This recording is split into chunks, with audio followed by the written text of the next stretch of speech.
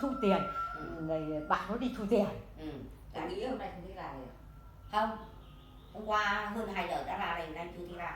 Chắc hôm nay không làm đâu. Làm những cái quỷ ân gì hay hay. Quả dòng được, đang là nâu cái nền trạc xong nó cứ đứng lên trong tay kìa kìa. Đi cứ đứng ngây ngùa hay hay. Những cái dạng tâm thần. Xong cái Thảo Kín bảo này, bà cháu mời bác lên ngồi ghế uống nước.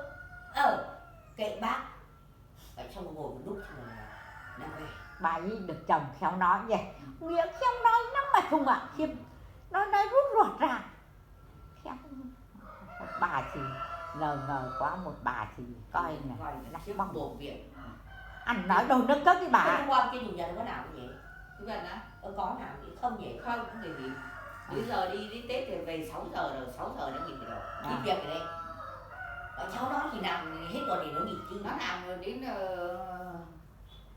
16 thì nó nghỉ. 16 thì 19 cưới rồi nghỉ cho có vài ngày. 17, 18 thì 17, 18 nó vào việc rồi. Xong rồi là cháu độ 20 hay 21 thì đi làm. 21 đi thầy. Nó không cho nghỉ đâu đâu. 21 thì nó bảo này chủ nhật thì sao? Chủ nhật vậy thì qua 21 thì 22 đi làm. Thôi cố gắng mẹ con lo mà cho cô cho nó xong yên chí số tốt thì chúng mày làm ăn của mẹ đỡ nọ. Về nhà khổ cái tội còn em nọ em kia vậy. Năm nước rồi nó khổ năm nước thì được là mừng đây. Mừng nó có người nước đi vậy nó mừng.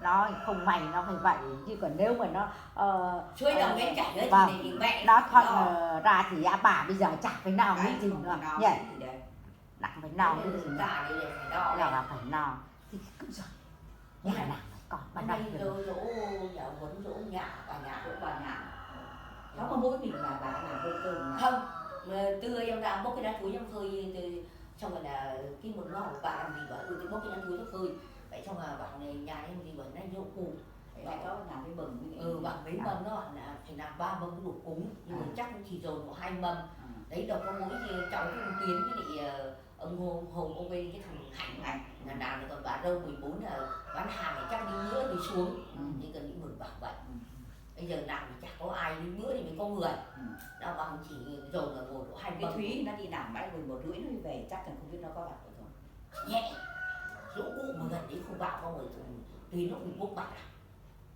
cái tháng thằng Hạnh nó đi nó mua thịt mua thả về cho bà ấy thì chắc là bà ấy nhà bà làm cứt thằng Hạnh với lại cái mừng nào hai chị em nó làm xong với thằng em nghe cái tiếng thằng Tiến nữa xong nó bảo là lúc nào thì chẳng có ai đứng tưa thì đi ngồi thì mới có người đông đó vậy đây giờ công việc đi làm đưa đi công ty công ty rồi nó bảo muốn cái kiểu bà đéo mua trả phòng rồi cứ thêm chúng độc lấy rồi của nhà con về ôi giời ơi bà cả năm rồi